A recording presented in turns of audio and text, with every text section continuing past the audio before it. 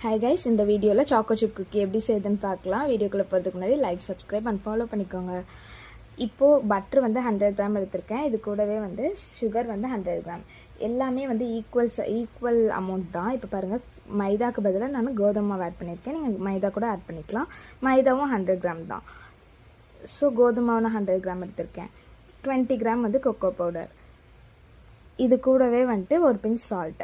இவ்வளோ தான் இன்க்ரீடியன்ஸே, வேறு எதுவுமே தேவையில்லை. ஜஸ்ட்டு எல்லாத்தையும் மிக்ஸ் பண்ணணும், அவ்வளோதான். ஃபஸ்ட்டு வந்து பட்டரையும் சுகரையும் நல்லா மிக்ஸ் பண்ணி எடுத்துக்கோங்க. வீட்டுக்கு செய்கிறதுனால நான் கையிலேயே மிக்ஸ் பண்ணிட்டேன். நீங்கள் ஸ்பேச்சுலா ஆர் விஸ்க் வச்சு கூட மிக்ஸ் பண்ணிக்கலாம். இது கூடவே ட்ரை இன்க்ரீடியன்ஸ் ஆட் பண்ணிக்கோங்க. சுகர் நல்லா கரைஞ்சதுக்கப்புறமா ட்ரை இன்க்ரீடியன்ஸ் ஆட் பண்ணணும்.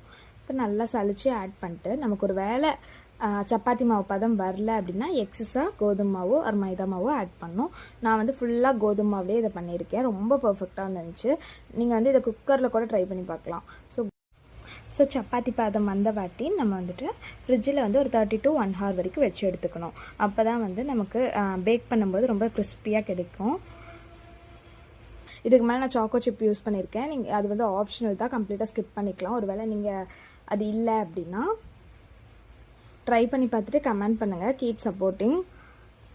இந்த மாதிரி மூவ் பண்ணி பார்த்தீங்க அப்படின்னா மூவ் ஆச்சு அப்படின்னா பர்ஃபெக்டாக வந்திருக்கு அப்படின்னு அர்த்தம். 160 degreeல 20 minutes பேக் பண்ணி எடுத்தேன். 10